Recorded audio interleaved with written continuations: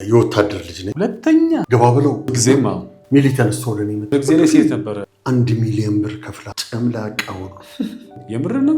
በእውነት በጣም አልቀሳት። ሆሊውድን እኛ ማየት አይጠበቅም። ለተቀማጭ ሰማይ ቀርቦ ሙያ እኮ ትልቅ ሙያ ነው ያለ።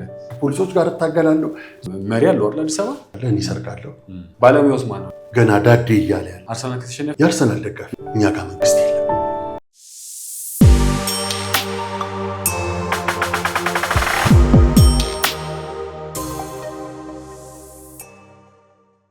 ሰላም ሰላም፣ እንዴት ናችሁ ቤተሰቦች? አሪፍ ሾው ዛሬ ተጀምሯል። በአዲስ እንግዳ መተናል ማለት ነው። እንግዲህ እንግዳችን ማነው አትሉም? በስራው በጣም አንቱታን ያተረፈ በጣም እጅግ በጣም ጅንባፍ የሚያስችል ምርጡ ተዋናይ ከኛ ጋር አለ ማለት ነው። እስኪ አሌክሶ ከኛ ጋር አለ። አሌክሶ በስራዎቹ ብዙዎቻችሁን አስተማሪ ያዝናና አሪፍ ተዋናይ ነውና እንግዲህ ከተማችን ላይ ሀገራችን ላይ ኢትዮጵያ ላይ ካሉ ወንድ ተዋናዮች መካከል አንደኛው የሚጠራው አሌክስ ነውና አሌክሶ ብዙ ልምዶች አሉት። ምናልባት ብዙዎቻችሁ ፊልም ላይ ብቻ የምታውቁት ትኖራላችሁና ከፊልም ውጪ አሌክሶ ምን ያዘወትራል፣ የት አካባቢ ይሄዳል፣ ምንድነው የሚያዝናናው የሚለውን እንዲሁም ደግሞ በካራክተር ደረጃ ምን ካራክተሮችን ሲጫወት እናንተ ተወዱታላችሁ ታውቁታላችሁ፣ እሱ ግን ይነግረናል ዛሬ። ምናልባት እስከዛሬ የልቡን ያላደረሰለትም ካለ በዚህ አጋጣሚ ይህንን ቪዲዮ የሚመለከት ወይ ይህንን ፕሮግራም የሚመለከት እንግዲህ ደራሲ ወይ ዳይሬክተር ለአሌክስ የሚፈልገው ካራክተር ሰጥቶት አሪፍ ያለውን ትወና ደግሞ የሚገርም ነውና ያንን እንዲያሳየን እድሉ ይመቻቻል ብዬ ተስፋ አደርጋለሁ ማለት ነው። አሌክስ እንኳን ደህና መጣ። እንኳን ደህና ቆየህ። ሁሉ ሰላም? እግዚአብሔር ይመስገን ሁሉ ሰላም አለን። ይኸውልህ እስኪ በዛሬ አሪፍ ሾው ላይ እንግዲህ እንግዳችን ነክና አሪፍ ሾው እንደሚታወቀው እንግዲህ በርከት ያሉ ኢትዮጵያኖች በመላው ኢትዮጵያ በመላው ዓለም ፕሮግራማችን ይከታተላሉና እንደተለመደው ያው ቤተሰቦቻችን ቻናላችንን ሰብስክራይብ፣ ሼር፣ ኮፒ ሊንክ ያደርጋችሁ እናንተም ሀሳብ ታስቀምጡልን ሀሳባችሁን ለኛ ወስደን እኛ እንጠቀምበታለን ማለት ነው። አብራችሁ እንድትሆኑ እንጋብዛለን። መልካም መዝናኛ ይሁንላችሁ። አሌክሶ እስኪ እንደ መግቢያ እንዲሆነን የተወሰነች ነገር ራስን አስተዋውቀን እስኪ። ተዋናይ አለማየሁ ደርሰው እባላለሁ። አሌክስ የተወለድኩት እዚሁ ልደታ ክፍለ ከተማ አሁን ያለንበት ቦታ ማለት ነው። ልዩ ስሙ ቶሎሳ ሰፈር የሚባል ሰፈር ነው ተወልጄ ያደግኩትኝ። አሁንም ያለሁትኝ እዚሁ ቶሎሳ ሰፈር ውስጥ ነው። ቶሎሳ ሰፈር ለኔ ሰፈር አይደለም። ለኔ ቶሎሳ ሰፈር እንደ ሀገር ነው፣ እንደ ኢትዮጵያ ማለት ነው። በጣም ብዙ ነገር ያየሁበት። እኔ የወታደር ልጅ ነኝ፣ የአንድ ተራ 50 አለቃ ልጅ ነኝ። ነገር ግን በወታደር ቀበቶ ተገርፌ ያደግኩኝ የወታደር የአባቴን አሮጌ የሚሊቴሪ ልብሶች እያስጠበብኩ አረግና ትምህርት ቤት ማር ነበረ። የወታደር ጫማ፣ የወታደር ልጅ ወታደር ነው ምን ጊዜም። አዎ የወታደር ልጅ ወታደር ነውና እንደዛ አድርጌ የኤሌመንተሪ ትምህርቴን በቀድሞ በየነ መርድ በአሁኑ እድገት በህብረት ትምህርት ቤት የኤሌመንተሪ ትምህርቴን ተማርኩኝ። የሁለተኛ ደረጃ አጠቃላይ ትምህርቴን በሽመልስ ሀብቴ አጠቃላይ ደረጃ ሁለተኛ ደረጃ ትምህርት ቤት ነው የተማርኩትኝ። እንግዲህ ከዛ በኋላ ያው እድል የምትሰጥህ አንዳንድ ነገሮች አለና ድሮ እዚህ የድሮ አውሮፕላን ማረፊያ ወልድ ኤርፖርት አየር ወለዶች ይዘሉ ነበረ እና ከአውሮፕላን ወጥተው በሚዘሉበት ሰዓት እንዴት ነው በዚህ በጨርቅ በገመድና በጨርቅ መሬት የሚያርፉት? እንዴት ነው የሚሆነው? ሁሌ የምትጓጓው ነገር አለና ሁሌ እነሱን ሳይ ጓጓ ነበርና ሁሌ ይመኝ ነበረ። አንዳንዴ ምኞትን ደግሞ ፈጣሪ ሲያሳካልህ ደስ ይላልና የ102ኛ አየር ወለድ ክፍለ ጦር አባል ነበርኩኝ። እንግዲህ አየር ወለዶች የመጀመሪያ ዝላይ ሲዘለል እቺ ዊንጓን ለማድረግ 5 ጊዜ መዝለል አለብህ። 5 ጊዜ ዘልያለሁ። ኮማንዶ ኮርስም ወደ አመት ከምናምን በኮማንዶ ኮርስም ላይ አሳልፌያለሁኝ እና እንግዲህ ከዛ በኋላ ነው ወደ ስፖርቱ መጣሁኝ። ሃንድቦል እጫወት ነበረ። ከዛ በኋላ የመንግስት ለውጥ መጣ። የመንግስት ለውጥ ከመጣ በኋላ ደግሞ በግል ስራ ነበር የምተዳደረው። በግል ስራ እየተዳደርኩኝ አንዳንድ ማስታወቂያዎች ሰራ ነበረ። ምናልባት እንግዲህ የኔ ማስታወቂያ የመጀመሪያ ገባ ብለው የሚል አቢሲኒያ ባንክ ማስታወቂያ ነበርና እዛ ማስታወቂያ ላይ በበቅሎ አንዲት ንግስት ቁጭ ብላለች። ያቺ ንግስት ሆና ቁጭ ያለችው መሰረት በለጠ ጉም ጉም የምትዘፍነው እሷ ነበረች። እኔ ደግሞ ያለዛች ንግስት በቅሎ ላይ ቁጭ ብላ ዣንጥላ ይዤ አጠገቧ የነበርኩኝና እንግዲህ በዛ ተጀመረ።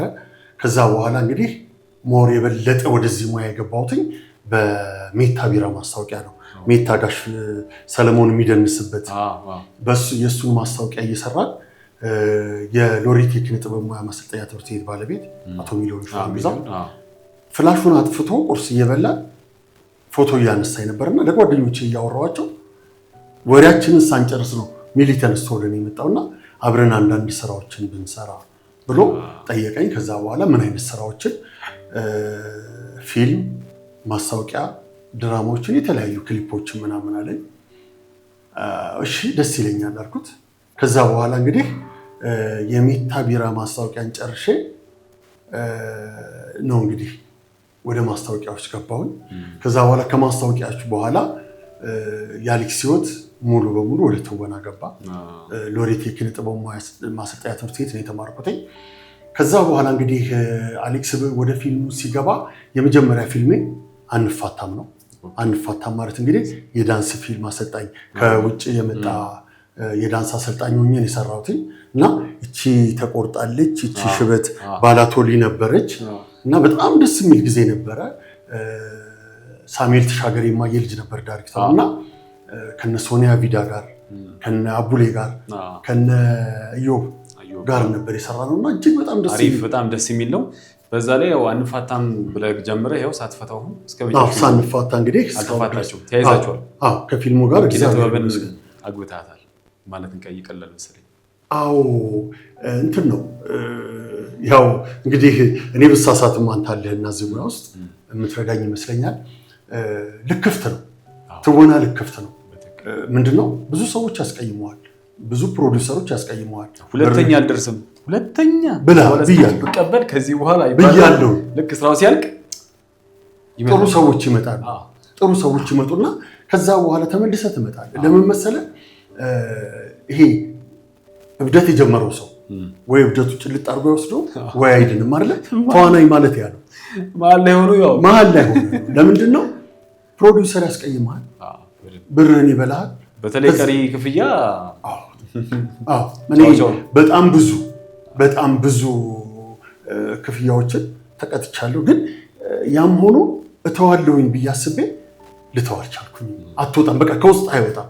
ትወና ከውስጥ አይወጣም።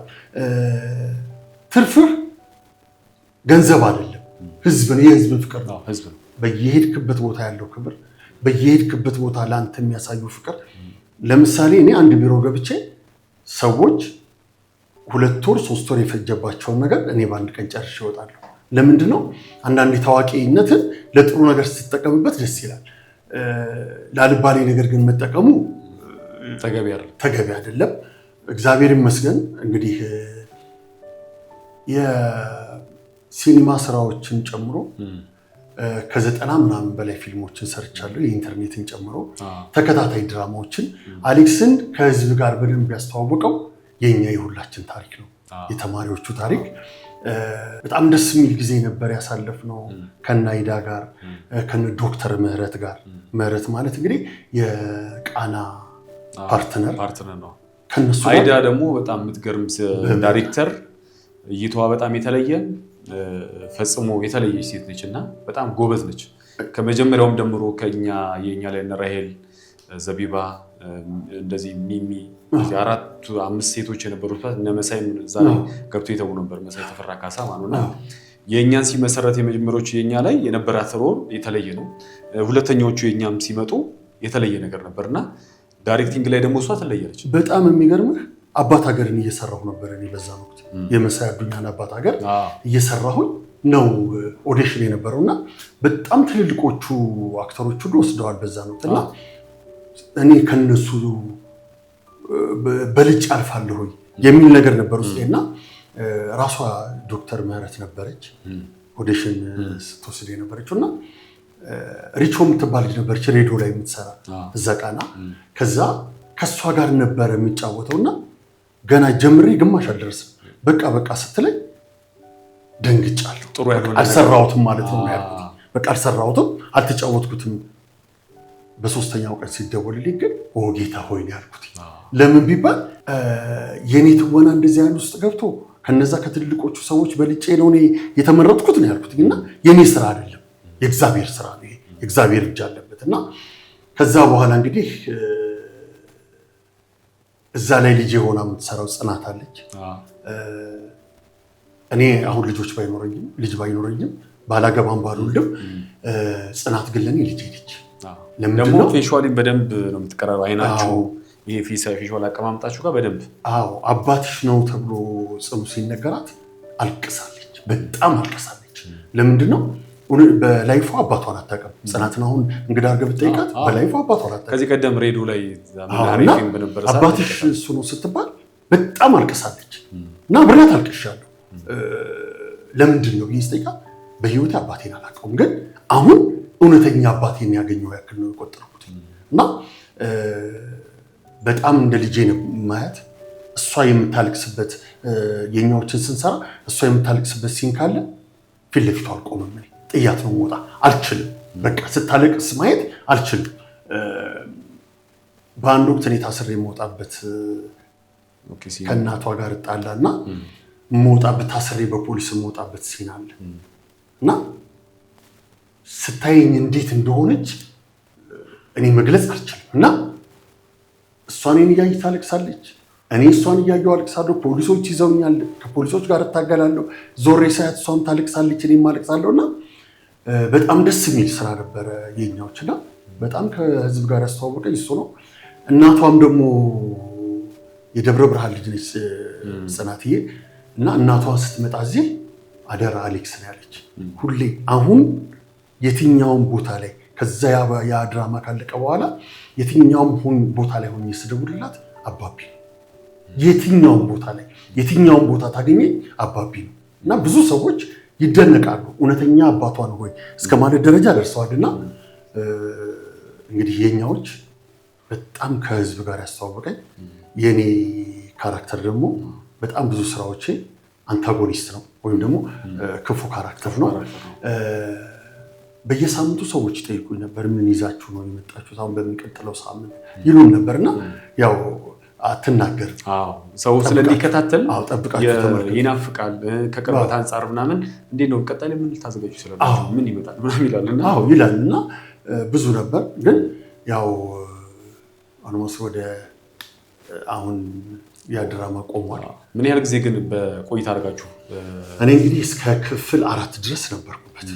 አጠቃላይ ስንት ጊዜ ፈጀ ማለት በጊዜ ሲገለጽ? ብዙ ጊዜ ፈጅቷል። ረዥም ጊዜ ለምን በመሀል ከታየ በኋላ ረዥም ጊዜ ጋፕ አለ እና በየሲዝኑ ይዞት የሚመጣው ነገር ሲዝን 1 ላይ የነበረው ነገር ሲዝን 2 ላይ የለም። አዲስ ሀሳብ ነበር። ታሪክ ሲዝን 1 ላይ ዘጋል፣ 2 ላይ ሌላ ነው። እና እንደዛ ይዞ ነበር የሚመጣው እና እጅግ በጣም ደስ የሚል ጊዜ ነበር። ሞር የኢትዮጵያ ሕዝብ አሌክስን ያወቀው ያንዴ ነበር እና አሌክስ እንግዲህ አሁን ከህዝብ ጋር ያለው ነገር ኢትዮጵያ ውስጥ ከ195% አሌክስን የማያውቀው የለም። በየሄድኩበት ቦታ ለስራ ብዙ ሀገሮች ይሄዳለሁ። ብዙ ሀገሮች በሚሄድበት ቦታ ያለው አቀባበል፣ ህዝቡ የሚያሳየኝ ፍቅር በጣም የተለየ ነውና የኢትዮጵያ ህዝቦች በእውነት ለእናንተ ያለኝ ፍቅር፣ ለእናንተ ያለኝ አክብሮት ሁሌም ትልቅ ነውና እወዳችኋለሁ። አመሰግናለሁ።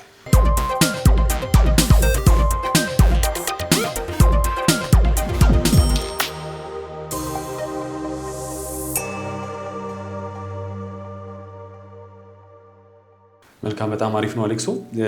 እንደው እስኪ ከተገናኘን አይቀር እንደው በዚህ ሙያ ላይ የታዘብካቸው ቢሆን ማትላቸው ወይም ደግሞ ቢሆን በጣም ጥሩ ነው ባይሆን ግን አያስኬድም እንደዚህ አይነት ነገሮች እዚህ ፊልም ኢንዱስትሪ ላይ ማለት ይሄ በእርግጥ ያው ብዙ ሰው ኢንዱስትሪ ይለዋል እንጂ እኔ ሲኒማ ላይ ያለ ነው ስቲል ነው ገና በኢንዱስትሪ ደረጃ አልተገነባም። ምክንያቱም ይሄን ለማድረግ ደግሞ አገሩን እየመራ ያለው መንግስት ፈቅዶ ፋይናንስ ተመድቦለት የፊልም ኢንዱስትሪ የራሱ የቻለ ኤሪያ ሊኖረው ሊገነባ ይገባል ወይ? ምክንያቱም ሆሊውድን እኛ ማየት አይጠበቅብንም። አፍሪካኖች አሉ ሲኒማ የሚሰሩ እነ ኡጋንዳ፣ ሌሎች ሀገሮች ማየት እንችላለን። አትሊስት ከነሱ ጋር እንኳን እኩል ልንሆንበት የምንችላቸው ነገሮች ሊገነባልን ይገባል ባይ ነኝ እና እስቲ ነው ሲኒማ ላይ ያለ ነው እቃዎች በቅንጦት ይገባሉ። እሱ እኔ እንጃ እቃዎች አሁን ካሜራ ቅንጦት ሲባል አይመቸኝም። ማለት ስልክ አይደለም ወይ ሰዓት አይደለም ቅንጦት ሊባል አይገባም። ግን እስቲ አንተ ግን ብትገልጸው በዚህ ሙያ ላይ ባይሆን ቢሆን ነው በጣም ጥሩ ነገር አለው። ባይሆን ግን ነገሮች ጥሩ አሉ። እስከ ፕሮዲሰር ጭምር ዳይሬክተሩን ጭምር ሲኒማቶግራፈሩን የምታየውን እዚህ ሙያ ላይ ከሁሉም ጋር ትገናኛለህ። ይሄ ያገናኛል። ልክ ይሄ ማለት ነው የጠረጴዛ ክብ ነው። አንተ መሀል ላይ ነው ያለው። ሁሉም እየመጣ አንተን እየነካ ነው የሚያልፈው። ሁሉም ጋር አለ። ግን አይተኸዋል 90 ምናምን ፊልሞች በጣም ብዙ ነው። ስለዚህ ቢስተካከል አሁን ቀጣዩ ትውልድ ይፈልጋል። ለምሳሌ አሁን ትምህርት ቤት መግባባት ባይችል ግን እንደዚህ አይነት ቪዲዮዎችን ከፍቶ በደንብ አይቶ ኦኬ እኔ ስመጣ ምን ላምጣ የኔ አስተዋጽኦ ምንድን ነው ብሎ ሊመጣ ይችላል። ተዋናይ ሲሆን፣ ሲኒማቶግራፈር ሲሆን፣ ኤዲተር ሲሆን፣ ደራሲ ሲሆን፣ ዳይሬክተር ሲሆን፣ ኮስቹም፣ ላይት፣ ኮንቲኒቲ፣ ሳውንድ። አሁን ሳውንድ ሲባል ሰው ዝም ብሎ ሳውንድ መጥቶ እንደዚህ መቅረጽ ነው አይመስለዋል። ሳውንድ ኢንጂነር አለ ብዬ የሆነ ጊዜ ስል ምንድነው ረብሩክታው ምናምን ሳውንድ ኢንጂነር እንዴ ምንድነው ሳውንድ ኢንጂነር ምንድነው ብታስበው አንተ ሲጀምር ሳውንድ እንደዚህ ነው መቅዳት አይደል ዝም ብለህ ካቀዱ ቀርቶ ማቅረብ ነው ምንድነው እዚህ ነገሮች አሉ ብዙ ጊዜ እሱ ብቻ አይደለም ምን ያጋጠመኝ ልንገርህ እሺ ብዙ ጊዜ የበጎ አድራጎት ስራ ሰራለሁ የበጎ አድራጎት ስራ ስንሰራ ማስታወቂያዎችን ሰርተን እንለቃለን እና ማስታወቂያዎችን ስንሰራ ምንድነው ይሄ ፎቶ መነሳት አይደለም እንዴ የሚሉ አሉ በጣም ቀል በቃ እንትን ነው ለተቀማጭ ሰማይ ቀርቦ ነው እውነት ለምሳሌ እኔ በማይመለከት የሙያ ውስጥ ገብቼ ይሄ እንደዚህ አይደለም እንዴ አይደለም ለምሳሌ የሙያዬን ክብደትና ቅለት ነው እንጂ ማቀው በሰው ሙያ ውስጥ ገብቼ ክብደቱንና ቅለቱን የሚያውቀው ያ ሰው ነው የሚሰራው ሰው ነው እና ምንድነው የኛ ሀገር ፊልም ገና ዳዴ እያለ ያለ ፊልም የፊልም አክተሩ ካሜራማኑ ዳይሬክተሩ ሁሉም ተባብሮ በራሱ ጥረት ያቆመው እንጂ እኛ ጋር መንግስት የለም ለምሳሌ እነ ናይጄሪያ እነ ደቡብ አፍሪካ ፊልሞቻቸው የሚበልጣል መንግስት እጁ ስላለበት ነው ለኪነ ጥበቡ ብዙ ነገር ኪነ ጥበቡ የኪነ ጥበብ ባለሙያው ለሀገር ብዙ ነገር እየከፈለ ነው በትክክል ሀገር ግን እየከፈለችው አይደለም ስለዛ ነው የኪነ ጥበብ ሙያችን የማያድግበት ምክንያት የኪነ ጥበብ ባለሙያው ለሀገር እንዴ አስተማሪ እኮ ብላክቦርድ ላይ ቆሞ ያስተምራል አይደል አንተ የደረስከውን ድርሰት እኔ ተውኜ ህዝብን ካስተማርኩኝ እኔም አስተማሪ ነኝ ስለዚህ መንግስት እጁ ሊገባበት መግባት አለበት ለምን ብዙ ጊዜ እንግዲህ የምታየው የኪነ ጥበብ ባለሙያው ታሞ ሲተኛ እንኳን ተለምኖ ነው የሚታከመው በነገራችን ላይ አሌክሶ ላቋርጥና ይሄ ነገር በጣም ሁሉ ጊዜ ከሰለቹኝና መደረግ የሌለበት ነገር ከመወስዳቸው ነገሮች አንኛው ይሄ ነው ምክንያቱም በስራ ህይወት ላይ ባለህበት የስራው የሚከፈል ገንዘብ ሲጀምር ገና በሬርሳል ታይም ላይ የሚያልቅ ነው ገንዘቡ ቀሪ ክፍያ እስከዛሬ ሰብስባቸው የሆነ ድርጅት ከፍት ነበር ቀሪ ክፍያዎች መሰበሰባቸው ቢከፈል የሆነ ድርጅት ማቋቋም ትችላለህ እውነቴን ነው እሱም አለ ሌላው ደግሞ አሉ በኪነ ጥበብ ውስጥ ብዙ መስዋዕትነት የተከፈሉ እድሜያቸውን ጊዜያቸውን ዕውቀታቸውን ገብረው ግን ደግሞ በህይወት እያሉ እኔ በህይወት ከተመሰገነ ሰው ካልከኝ ኪነ ጥበብ ውስጥ ከሙዚቃ ውስጥም ማህሙድ አህመድ ተመስግኗል በቃ ደስ ነው የሚለኝ አይቶታል በህይወት ምስጋና ለሰራው ልፋት ሰው በሚችለው አቅም የሆነ ነገር አድርጓል ጌትነት እንዲሁ እንዲህ አሁን ይሄ ጥሩ ጎን ነው ቢቀጥል ባይ ነኝ ከዛ በኋላ ግን ሰው ሲታመን ለምን እንደሚለምንለት እንዴ ሙያ እኮ ትልቅ ሙያ ነው ያለ ቢያንስ እኮ እንደው መንግስት እዚህ ሙያ ላይ ገብቶ እንኳን የሆነ ነገር ማድረግ ባይችል እንዴ ግን ቢያንስ እሱ እኮ ሁሉ ነገር ከበር አድርጎ ማሳለፍ ይቻላል መታከም ካለብህ መታከም አለብህ ስራ ተቀብሎ የሚያስፈልግ ከሆነ ሁሉ ነገር ከበር አድርጎ የሀገሩ መንግስት እንደው መንግስቱ አላደረገም ልበል የአዲስ አበባ ከንቲባ አስተዳደር አለው እኮ መሪ አለው አይደል አዲስ አበባ በእነሱ እንኳን ከበር መደረግ ይችላል በእነሱ ባይሆን ስፖርትና ኪነ ጥበብ ይላል አዎ እነሱ ቢሮ ማድረግ ይችላል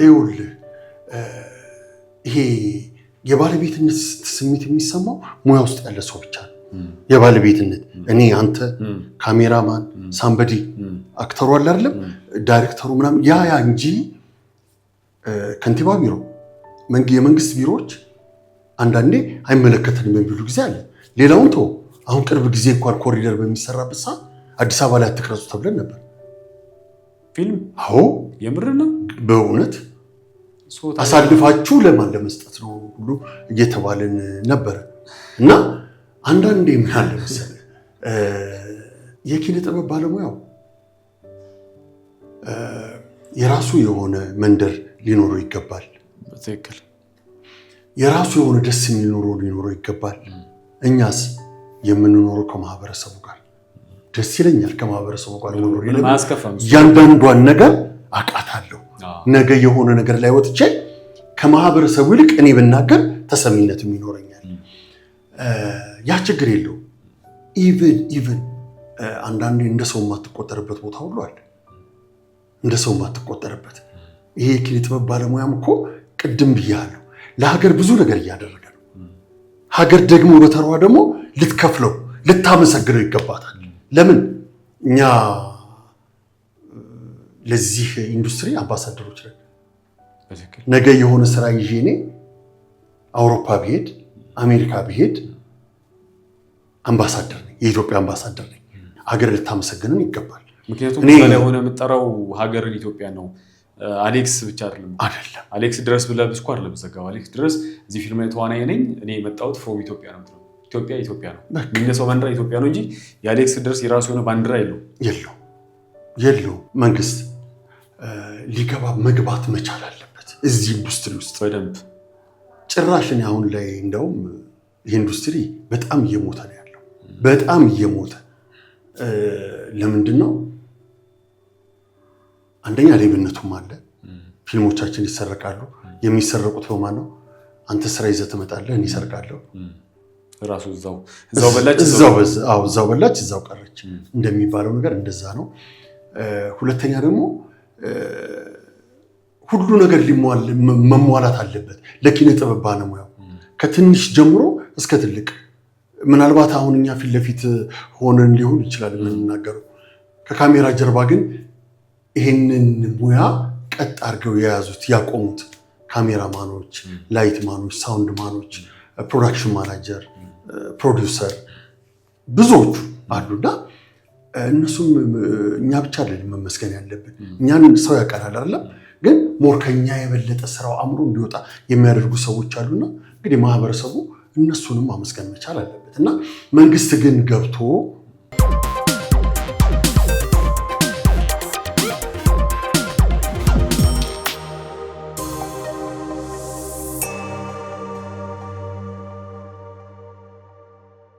ለኪነ ጥበብ ባለሙያው የሆነ ነገር ማድረግ አለበት፣ መደገፍ መቻል። እኔ አንድ ጓደኛዬ አንድ እውነት ልንገር፣ ዱባይ ሄዶ ላይቶችን ይዞ ይመጣል። ኤልዲ ላይቶችን ለአንድ ኤልዲ ላይት 40 ሺህ ብር ክፈል ነው የተባለው። ውሰዱት ነው ያላቸው። ቀረጥ ማለት ነው። አዎ ውሰዱት ነው ያላቸው። እንግዲህ ይኸውልህ እኛ ይሄ ኪነ ጥበብ ባለሙያ ከውጭ ሲመጣ ይዞ የሚገባው ነገር ከቀረጥ ነፃ መሆን መቻል አለበት። ለምን? ለፊልም ኢንዱስትሪ ነው፣ ለራሱ እኮ አይደለም እኮ። ይሄ ኢንዱስትሪ አንድ እርምጃ ከፍ እንዲል የሚያደርገው ይሄ ነው። ነጋዴ አይደለም ያሰው አይደለም። የኪነ ጥበብ ባለሙያ ፕሮዲውሰር ነው፣ ካሜራማን ነው፣ ኤዲተር ነው፣ ተዋናይ ነው። እኛ ሙያ ውስጥ ያለ ሰው ጓደኛዬ ይዞ ሲመጣ አንድ ኤልዲ ላይት 40 ሺህ ብር ክፈል ሲሉ ነጋዴ ቢሆን እሺ ከሸጦ ከሚያተርፈው የሆነ ነገር ይገባል የሚሉት ስላለ፣ ይሄ የኪነ ጥበብ ሰው ከሆነ ግን የፕሮዳክሽን ፍቃድ ኖሮት የሚያሳየው ነገር ኖሮት ለምን ግብር ይከፍላል? ግብር እየከፈለ ነው። ግብር እየከፈለ ኤልዲ ላይት ይዞ ይሄንን ነው። ይሄ ባለበት ሀገር ላይ እንዴት ብሎ ነው ኪነ ጥበቡ የሚያድገው? እስኪ አንድ ክሊፕ ሲወጣ በአንድ ሌሊት ምን ያክል ፎሎወርስ አለው? ምን ያክል ብር ያገኛሉ?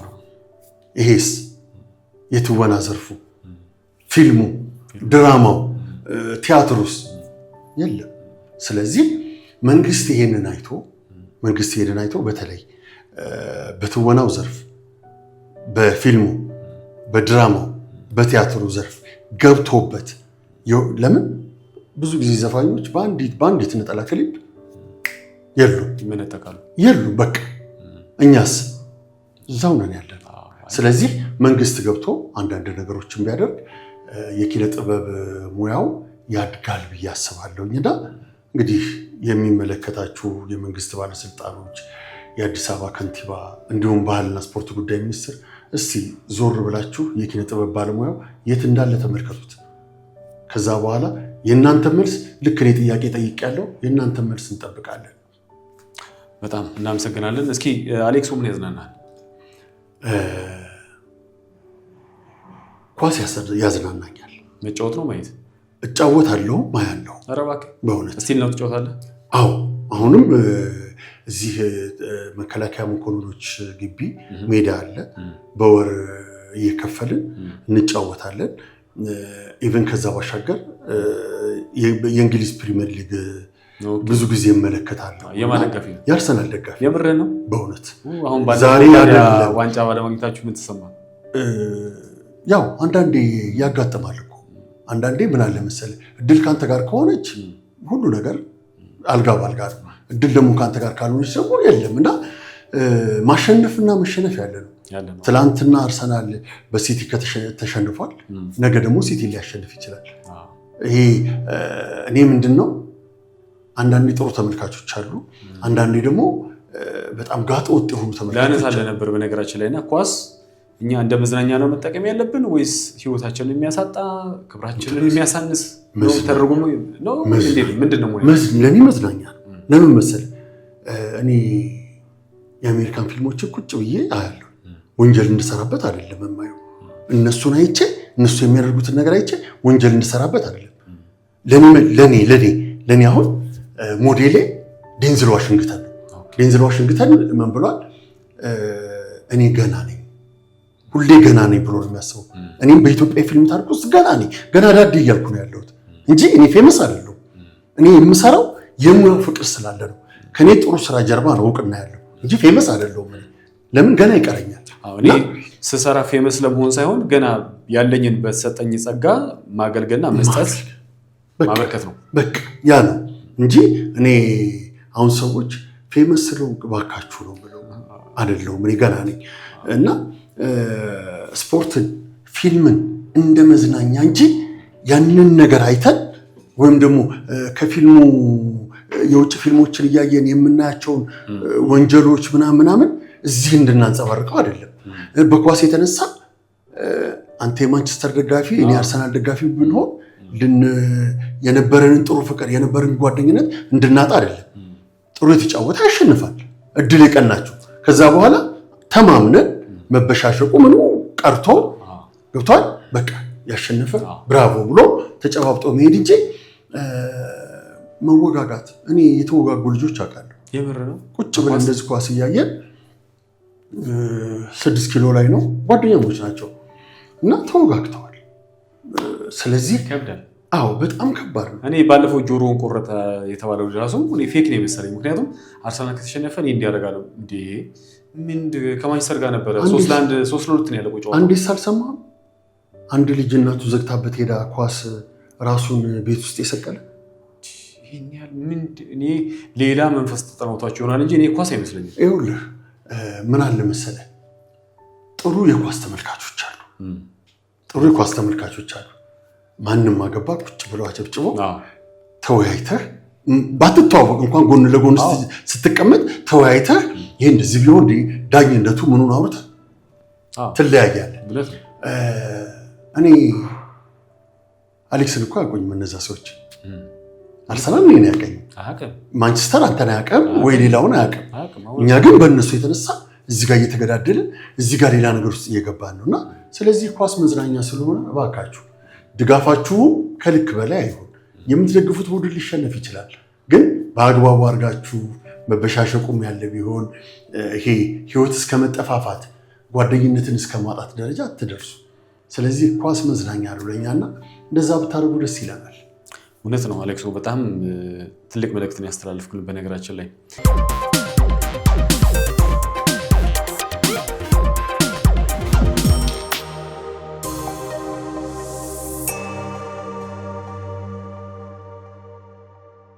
ተመልካቾቻችን ከአሌክስ ጋር እያደረግን ያለው ቆይታ አላለቀም።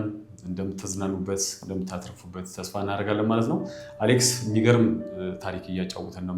በጣም የሚገርም ነው። ብዙዎቻችሁ በዚህ ህይወት እንግዲህ ትማሩበታላችሁ። ከዚህ ታሪክ ላይ ተምራችሁ ህይወታችሁን ቀና ታደርጉበታላችሁ። በፊልም ትወናው ላይ ለመግባት ለምትፈልጉ ወጣቶች በተለይ የሚገርም ነው። ከትወናው ባሻገር ደግሞ ባለሙያ ሆናችሁ ከፊልም ከስክሪን ጀርባ ያለ ሆኖ ለመስራት ለምታስቡ ሁሉ የሚገርም ሀሳቦችን እያነሳን ያለ ነው። እስኪ ወደ አሌክስ ስመለስ እንደው አሌክስ ተዋናይ ባይሆን ተዋናይ ባይሆን ምን አይነት ሙያ ላይ እናገኘዋለን? አሌክስ እንግዲህ ወደዚህ ሙያ ከመግባቱ በፊት ብየዳ ሰራ ነበር። ኦኬ። እና በዛ ነበር አሌክስ ራሱን የሚያስተዳድረው እና ከዛ በኋላ ነው እንግዲህ ወደ ኪነ ጥበቡ ዓለም የገባሁትና አሌክስ ተዋናይ ባይሆን ኖሮ ያው በግል ስራ ነበር ራሱን ያስተዳድር የነበረው። ምናልባት ደግሞ ወይ ከሀገር ወጥቼ በሌላ ሙያ ውስጥ እሳተፍ ነበር እንጂ ሌላ ምንም መሆኑ ነገር የለም። በግል ስራ አለበለዚያ ወደ ውጭ ወጥቼ ምናልባት በጋርድነት ወይም ደግሞ በሌላ ሙያ ራሴን አስተዳድር ይሆናል ወደ ትወናው ወይም ደግሞ ተዋናይ ባልሆን ኖሮ። የግል ሙያ ለምሳሌ የብየዳ ድርጅትን አሁን ላይ ማቋቋም ሀሳብ የለም አሁን? ምክንያቱም አሁን ብዙ ቦታዎች ላይ ግዴታ ያስፈልጋል ይሄ ሙያ። አዎ ዘመናዊም ሆኗል። ምን አለ መሰለህ አሁን ላይ አሁን እንዲያውም ብዙ ስራዎች አሉሚኒየም እየሆኑ ነው። በየቦታው አይተህ እንደሆነ አሉሚኒየም እየሆኑ ነው። ብዙ ሰዎች ስራቸውን በቃ ዲስፕሌይ ያስቀምጣሉ። እዛ ጋር አንድ ሰው ቁጭ ብሏል። ከዛ በኋላ ያለውን ነገር ለመሸጥ ነው። ወርክሾፑ ሌላ ነው፣ እዚህ መሸጫው ሌላ። አዎ። እና አሁን የብረት ስራው በጣም እየቀዘቀዘ መጥቷል።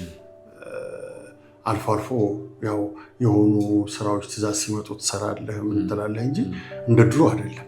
እና ስለቀዘቀዘ ነው እንጂ ያንን ሙያ ከዚህ ሙያ ጋር እኩል ማስኬድ ይችል ነበር። ግን ምንድነው ትልቅ ቦታ ያስፈልግሃል። ትልቅ ቦታ ደግሞ ዛሬ ስትጠይቅ አይደለም ትልቅ ቦታ ዛሬ ለዚች ክፍል እንኳን ምን ያክል በካሬ እንደምትከፍልበት ታውቀዋለህ። ስለዚህ ወርክሾፕ ደግሞ ስትሰራ በጣም ትልቅ መሆን አለበት። አንድ ማሽን ይዘህ አይደለም የምትገባ፣ 3-4 ማሽን ይዘህ ነው የምትገባ። ሰራተኞች ይኖሩሃል። ሰራተኞች ደግሞ ሲኖሩ ደግሞ የግዴታ ተቀማጭ ሊኖርህ ይገባል። ለምን 2 ቀን ሰርተው 5 ቀን ወይም ደግሞ 4 ቀን የማይሰሩ ከሆነ የግዴታ ትከፍላለህ ለነዛ ልጆች። ስለዚህ እንደዚህ ነገሮች አሉ። አመታዊ ግብር ይኖርብሃል። ያንን ስታስበው እጅግ በጣም ከባድ ነውና እንግዲህ ወደፊት ምናልባት ያው አንዳንድ እድሜ የሚገፋል። ከዚህ በኋላ እንግዲህ ወጣ ብለህ 1-2-3 ዓመት ውጭ ላይ ሰራ አድርገህ መጥተህ ከዛ በኋላ እዚህ ለራስህ የሚሆን ነገር ከአንተ በታች ላሉ ሰዎች ማስተዳደር የሚችልበትን ነገር ወደፊት እንደዛ አስቤያለሁ። እንግዲህ ያው በመጀመሪያ ደረጃ አገር ሰላም ይሁን፣ በሁለተኛ ደረጃ ኢትዮጵያ የምትባለው ሀገር ስትኖር ነው ኢትዮጵያውያን የምንኖረው። ኢትዮጵያ የምትባለው ሀገር ከሌለች ኢትዮጵያውያን የለንም። ስለዚህ ሀገራችንን ሰላም ያርግልን፣ እኛ ሰላም እንሆን። እኛ ሰላም ከሆንን አገር ሰላም ከሆነ የትም ሄደን መስራት እንችላለን። ያው አሁን ታውቀዋለህ ያለው ሀገራዊ ሁኔታ የትም ወጥተህ መስራት አትችልም። ትታፈናለህ፣ ብዙ ነገር ይደርስብሃል። ስለዚህ እንደ ድሮ ወጥተን መስራት በጣም ከባድ ነው። ማለት ተሳቀህ ነው የሆነ ቦታ ስትሄድ የሆነ ስራ ስትሰራ ተሳቀህ ነው የምትሰራው እና ሀገራችን ሰላም ከሆነች ግን የትም ቦታ ሰርተን መብላት እንችላለን እና አገር ሰላም ከሆነች እንግዲህ ወደፊት ትልልቅ ስራዎችን ይዘን እንመጣለን ብዬ አስባለሁ። መልካም፣ በጣም አሪፍ። አሌክሶ ቅድም በግቢያችን ላይ ወታደር እንደነበርክ ነግረናል እና እስኪ በውትድርናው ህይወት ላይ ሜይ ቢ ከአባትህ የወረስከው ያየኸው መሆን የምትፈልጋቸው ነገሮች የገለጽክልን ነገሮች ነበሩ ቅድም ላይ እና እንደ ወታደር ሰው በየትኛው መንግስት ወታደር ነበርክ? ከዛስ ደግሞ ምን ያክል ጊዜ ቆይታ አደረክበት? በደርግ ወቅት ነበረ ማለት 78 ዓመተ ምህረት ነው እኔ ወደ 102ኛ አየር ወለድ ክፍለ ጦር የገባሁት። ከዛ ማሰልጠኛ ነበርን። ወደ ዓመት ከ6 ወር አካባቢ ማሰልጠኛ ነበርን። እግረኛ ኮርስ አለ፣ ዝላይ ኮርስ አለ፣ ከዛ በኋላ ኮማንዶ ኮርስ አለ። እነዛ 3ቱን ኮርሶች እንግዲህ ጨርሼ ለመውጣት ዓመት ከ6 ወር ፈጀብኝ። ከዛ በኋላ እንግዲህ ደብረ ዘይት ነበርኩኝ። ደብረ ዘይት ነው የአየር ወለድ ካምፕ ያለውና እዛ ነበርኩኝ። አዎ እዛ ያለሁኝ ነው እንግዲህ ወደዚህ ወደ ምድር ጦር ስፖርት ክለብ መጥቼ እጅ ኳስ መጫወት የጀመርኩትኝ። ከዛ ልክ የመንግስት ለውጥ መጣ 1983 የመንግስት ለውጥ ከመጣ በኋላ ያው በግል ስራ ነበር የምተዳደረው። በወታደርነቴ በጣም ኮራለሁ። አልቀጠልክበትም።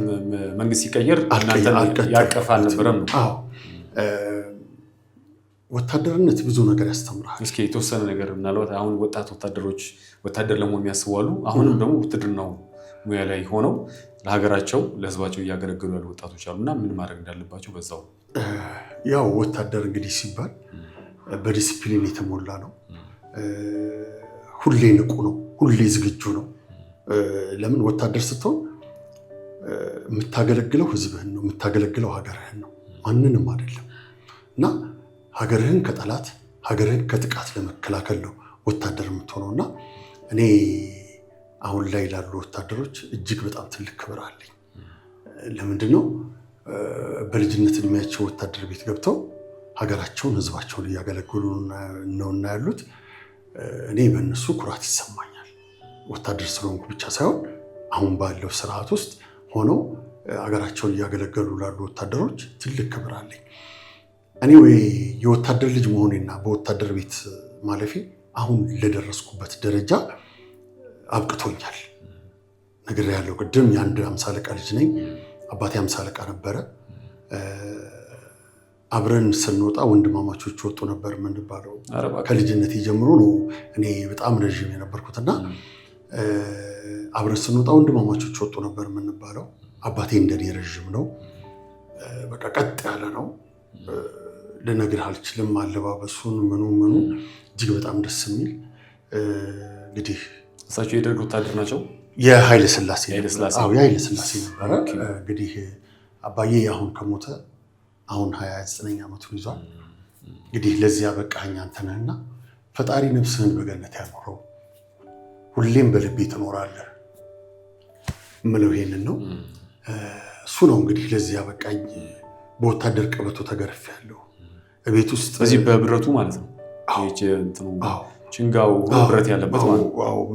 በጣም የሚያምር ነገራችን ላይ እንደርሶብኛል። ልጆች ሆነን እንደዚህ ጉልበታችንን ድግፍ ብለን ቁጭ አንልም። ቀና በል ጎብጠህ ልትቀር ነው እንደ ነበር የሚለን። በጣም ያማል። እና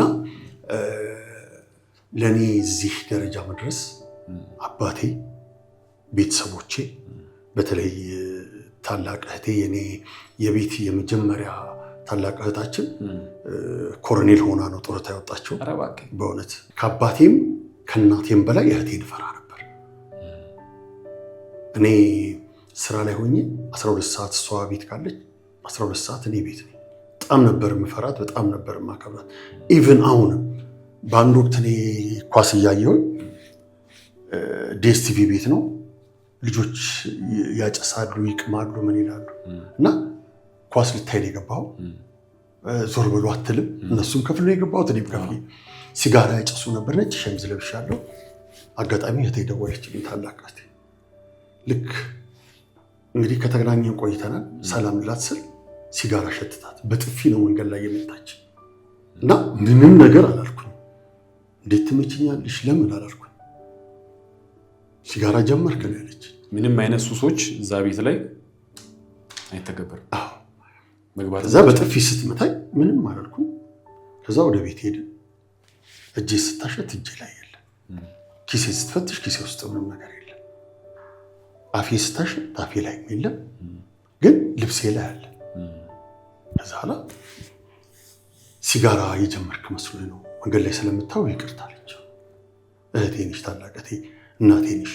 እናቴ ስትመታኝ መንገድ ላይ የትም ቦታ ብትመታ እናትህ ለምን መታሽኝ አይባልም፣ እናት ነች። ስለዚህ ለእኔም ታላቅ እህቴ እናቴ ነች። እና ከዛ በኋላ ግን በጣም ነው የተጸጸተችው። በጣም በቃ ማድረግ የለብኝም ነበር መንገድ ላይ ምንም ችግር፣ ለእኔ ምንም አልተሰማኝም። ለምን ከሌላ ሰው ጋር መንገድ ላይ ትጣላለህ። ታላቅ እህት ደግሞ ብትመታ ለአንተ ካላት ፍቅር የተነሳ እንጂ ሌላ ነገር አይደለምና ታላቅ እህቴን በጣም ነበር የምፈራት። ለዚህ ደረጃ መድረሴም ደግሞ አንደኛም እሷ ስላለችበት ሁሌም እወድሻለሁ ሐረግዬ፣ ሁሌም አከብርሻለሁ። ይሄንን ነው። መልካም። እስኪ ፈጣን የሆኑ ጥያቄዎችን እናንሳና አሌክስ ለመኖር ገጠር ከተማ? እኔ በአሁኑ ሰዓት በተለይ ወደ ኪነ ጥበብ ሙያ ከገባው በኋላ የገጠር ከተማዎችን ሳይ እዛ ነው መኖር እላለሁ። የሙያው እዚህ ስላለ እንጂ የኪነ ጥበብ ሙያው ደሴን አየኋት አሁን ቅርብ ጊዜ ከመጣሁ እንግዲህ 15ኛ ቀኔን ነው። እንዴት ነው እስኪ እዛ የደሴ ማህበረሰብ እስኪ በመድኃኔዓለም ወሎ እንዴት ነው? እኔ እዚህ የምትሰማውና እዛ ስትሄድ በጣም የሚገርምህ ነገር ደሴ ከተማ ውስጥ ቁጭ ብለን እኛ ስራ ላይ አንድ መኪና ሙሉ ሰው ታግቶ ጨረሷቸው ተብሎ ነው የተወራው ሶሻል ሚዲያ ላይ እና እኛ ቀረጻ ላይ ስቅ ያለው ጓደኞቼ ደውለዋል፣ ቤተሰቦቼ ደውለዋል። በጣም የሚገርምህ የጥይት ድምፅ አይደለም ፊኛ ፈንድቶ ድምፅ አልሰማሁኝም። እንግዲህ ምናልባት ነባ አለ፣ ነብዩ ኤርሚያስ፣ ጋሽ ፈሌ አለ፣ ጋሽ መላሽ አለ። ጋሽ መላሽ እንግዲህ ጋሽ መላሽ ማለት እንግዲህ መድረክ ላይ ወደ 53 ዓመት እና እነሱ ነበሩ። አንድ ቀን የጥይት ድምፅ አልሰማንም። የጥይት ድምፅ አይደለም የፊኛ ድምፅ ሲፈነዳ ግን ሶሻል ሚዲያው ነው ብዙ ነገሮችን እያራገበ ያለው። እኔ ምን አየው መሰለ የጥምቀት ጊዜ ይዛ ነበር። ሙስሊሞች ተሰብስበው አልহামዱሊላህ ታቦታችን በሰላም ገባ ሲሉ አልቅሻለሁ። ለምን እንደሆነ ታውቃለህ? ምንድነው ከተማ ውስጥ የምንሰማው ነገር? ምንድነው የምናየው ነገር? ለምንድን ነው እዚህ ቦታ ላይ ሙስሊሙና ክርስቲያኑ ተከባብሮ ይኖረው? ከዛ በፊት ለአንድ ሳምንት ለሎኬሽን ለምናምን ሄጄ ነበር። የሐይቅ ከተማ አስተዳደር ሲነግሩ ለ6 ምዕመን አንድ ቤተክርስቲያን አለች ማርያም። ብዙ ህዝብ ስለሌለ ማርያምን ታቦቷ ወደ ሐይቅ እስጢፋኖስ ሲገባ ሲባል ሙስሊሞቹ አይሆንም ለምን ተብሎ ሲጠየቁ ሚስቶቻችን አይደለም ከብቶቻችን እንኳን ሲወልዱ ማርያም ነው ብለን የምንለው። እንግዲህ ይሄ ነው ይሁን። እዚህ የምንሰማው ነገር ሌላ ነው፣ እዛ ጋር ደግሞ የምናየው ነገር ሌላ። ይሄ ሶሻል ሚዲያ አርበኛው ችግር ይፈጥራል እንጂ እዛ ያለው ሀገሩ ሰላምና በጣም ይሄው የምታየው እኮ ነው። አሁን በቀደምነታ ነው አይደበበ ሞተ ተብሎ ሶሻል ሚዲያው ላይ ተለቋል። 2013 አሌክስ ከቀረጻ ገብቼ ሞተ ተብሎ ተፖስቷል። 2013 6 ሰዓት ከ20 ላይ ከቀረጻ ገብቼ በጣም ደክሞኛል። እንደገባሁኝ ነጠላ ጫማ ነው ያደረኩት። ነጠላ ጫማዬን አውልቄ አልጋ ላይ ነው የተኛው። ስልክ ጮኸ። ስልክ ሲጮህ 40 ደቂቃ ነው እንግዲህ የተኛው። 10 ሰዓት ላይ እንመጣለን ሰዓት ደረሰ እንዲህ ብዬ ነው የነቃሁት። ስነቃ ከዱባይ ጓደኛዬ ነው የደወለው። አሌክስ አሁን ሞተ ተብሎ እኮ ተፖስቷል። ማን ነው የፖስተው? አላውቅም። ሞተ ተብሎ ተፖስቷል። ከዛ በኋላ ነጋች ሌሊቷ። ጠዋት ላይ በቃ መሄድ አልቻልኩም ቀረጻ። ብዙዎቹ ከኔ ጋር የነበሩት ማታ ላይ ሰምተዋል። ሁሉም በቃ ደንግጠዋል እና ይደውሉልኝ ነበረ። ሲደውሉልኝና አንዳንዴ ምን አለ አሁን ለምሳሌ በጣም ብዙ ቲክቶከሮች ገንዘብ እየሰሩበት ነው ያሉት። በጣም ብዙዎቹ ደግሞ ዩዘር ኔም ፕሮፋይል የላቸውም። ሰውን መስደብ፣ ሰውን ማንጓጠጥ ለምንድን ነው የማይሰሩበት? ያወቀበት እኮ ገንዘብ እያገኘበት ነው። ያላወቀበት ደግሞ በየጫት ቤቱ ቁጭ ብሎ በየሰፈሩ ድንጋይ ላይ ቁጭ ብሎ ሰውን እየተሳደበ ሰውን እያንጓጠጠበት ህዝብን እያሸበረ ነው እና ያለው ለምን ጥሩ ነገር እንደማይሰሩበት ግራ ይገባኛል። እኔ አሁን ለምሳሌ ብዙ ጊዜ ምናልባት ትሬለሮችን ፊልሞችን እለቅ ይሆናል። ከዛ ባሻገር የበጎ አድራጎት ስራ ነው የምሰራበት። ምን ነው ፊልማችሁ ቀዘቀዘ፣ ፊልማችሁ ሲቀዘቅዝ በዚህ በኩል ደግሞ መጣችሁ ተብለናል። እኔ ክፍያ የበጎ አድራጎት ስሰራ ከመድኃኔዓለም ነው፣ ከማንም አይደለም፣ ከነዛ ሰዎች አይደለም። አንዲት ህፃን ልጅ ሳሙ፣ በዛ ህፃን ልጅ ደም ይሄን ያክል ፐርሰንት ክፈሉኝ ብዬ አልበላም። ለምን ነገ እኔስ ቤት መምጣቱ፣ ነገ ጓደኞቼስ ቤት መምጣቱ አለመምጣቱ ምንድን ነው ማስረጃ ያለኝ? እኔ ዋስትና ምንድን ነው? ምንም። አሁን እኮ ካንተ ጋር እያወራሁ ከዚች በር ስወጣ ግን ምን እንደምሆን አላውቀውም። ለምን እኔ የመድኃኔዓለም እጅ ስራ ነኝ። በቃ እሱ ሰርቶኛል። እሱ ደግሞ በፈለገው ሰዓት እኔን የመውሰድ እኔን የማንሳት መብቶ የሱ ነው እንጂ አንተ ማነህ ምንድነህ ልለው አልችልም። ስለዚህ አሌክስ ነገ እንገናኝ ብትለኝ መድኃኔዓለም ከፈቀደ ነው የምልህ። ለምን መሰለህ? ስንተኛ አይናችንን ጨፍነን የሞት ያክል ነው አይደለም። ጠዋት ግን እንደ አዲስ ጀንበር ስናይ የሚሰማን ስሜት አዲስ ስሜት ነው። አይደለም። ስለዚህ አሌክስ ነገር እንገናኝ ብትለኝ መድኃኒዓለም ከፈቀደ ነው የምልህ። እና እንግዲህ እነዚህ ሶሻል ሚዲያ ላይ ብዙ ጥሩ ነገር የሚጠቀሙ ሰዎች አሉ፣ ወጣቶች አሉ፣ ገንዘብ እያገኙበት ያሉ ወጣቶች አሉ። ደስ ይላል። እና እባካችሁ በተለይ እኛ ምንም አላደረግናችሁም፣ መጥፎ ሰዎች አይደለንም፣ አገር አልበደልንም፣ ወይም ደግሞ ማህበረሰቡ ላይ መጥፎ ነገር አልሰራንም። ለምንድን ነው የኪነ ጥበብ ባለሙያውን ሞቱን የምትመኙለት? እባካችሁ እስኪ ጓደኞቻችሁ ወይም ደግሞ ባታውቋቸውም ኢትዮጵያውያን፣ ብዙ ወጣት ኢትዮጵያውያን ቲክቶክን ብር እየሰሩበት ነው። እስቲ እናንተም ለመጥፎ ነገር ከምትጠቀሙበት ስሩበት፣ ራሳችሁን ለውጡበት። ይሄ ነው ምክሬ። መልካም አሌክሶ፣ በደረቁ ያዝኩህና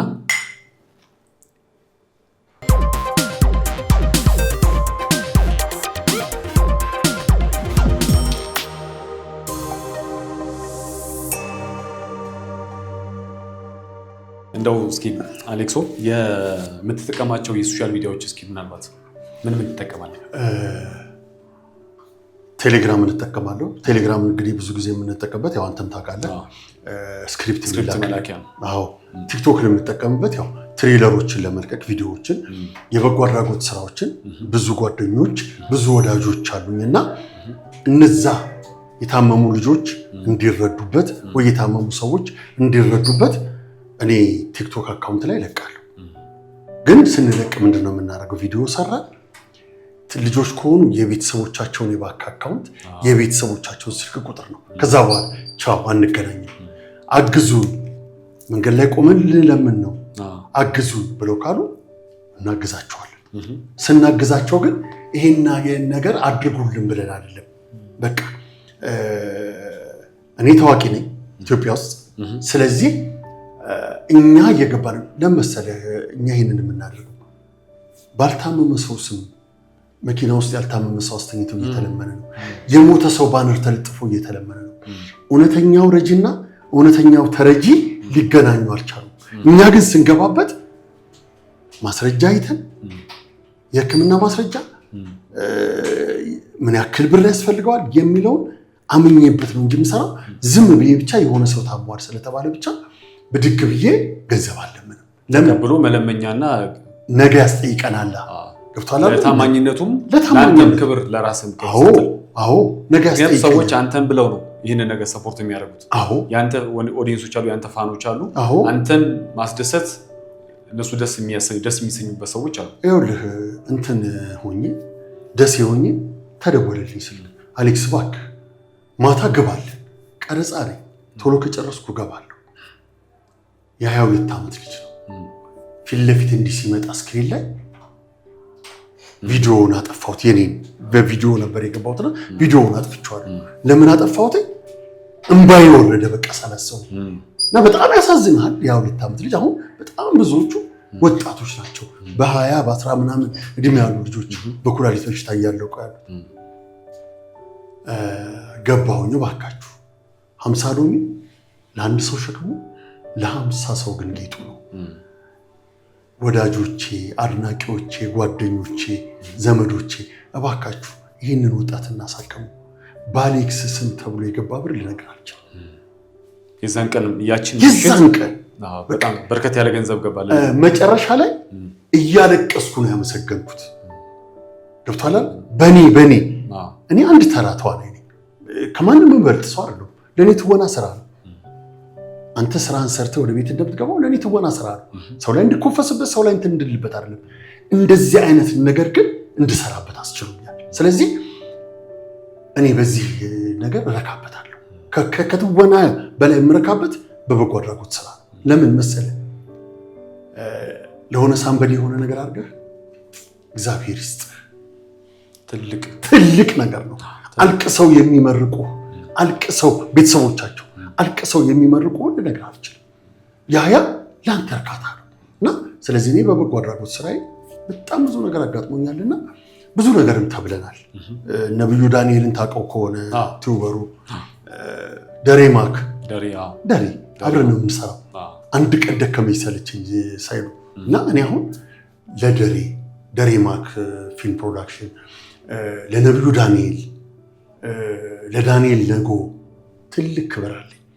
ምንም ነገር አጋጥሞኝ በጠራዋችሁ ቁጥር ደከመኝ ሰለቸኝ ሳትሉ ከኔ ጋር እናንተም ደግሞ እኔን ስትጠሩ ሁለት አይደለም የማስበው አንድ ጊዜ ነው፣ እሺ ብቻ ነው።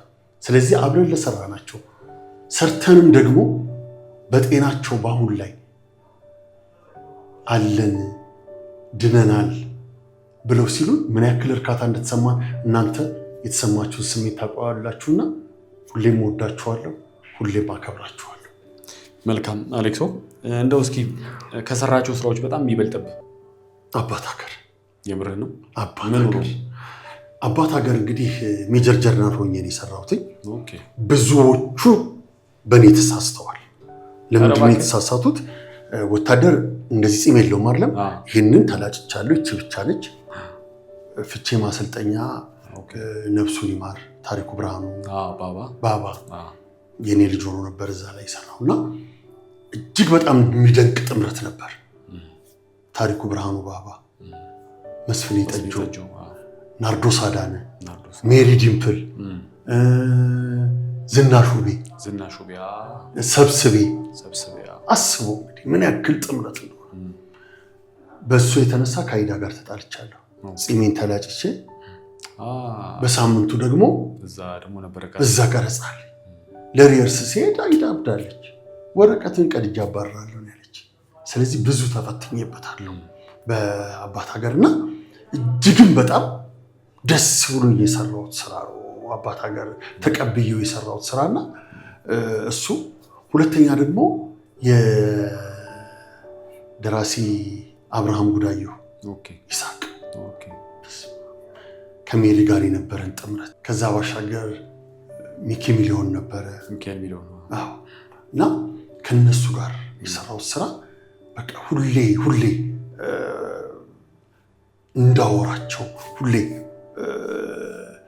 እንትን እንድል የሚሰማኝ ስሜት ያ ነው እና ከዛ ባሻገር ደግሞ አሁን ቅርብ ጊዜ ፍቅር በአጋጣሚ እኔ ማንዳ አለማየሁ በላይነህ ኤልያስ አለሙ እና ኑሃሜ ሆነን የሰራን ኑሃሜ የኔ ልጅ ሆና እና የአንድ ሀገር የደህንነት ኃላፊ ሆኜ የሰራሁት ነው። እጅግ በጣም ደስ የሚል ጊዜ ነበርና እነዚህ ስራዎችን ከሁሉም የበለጠ ወዳቸዋለሁ።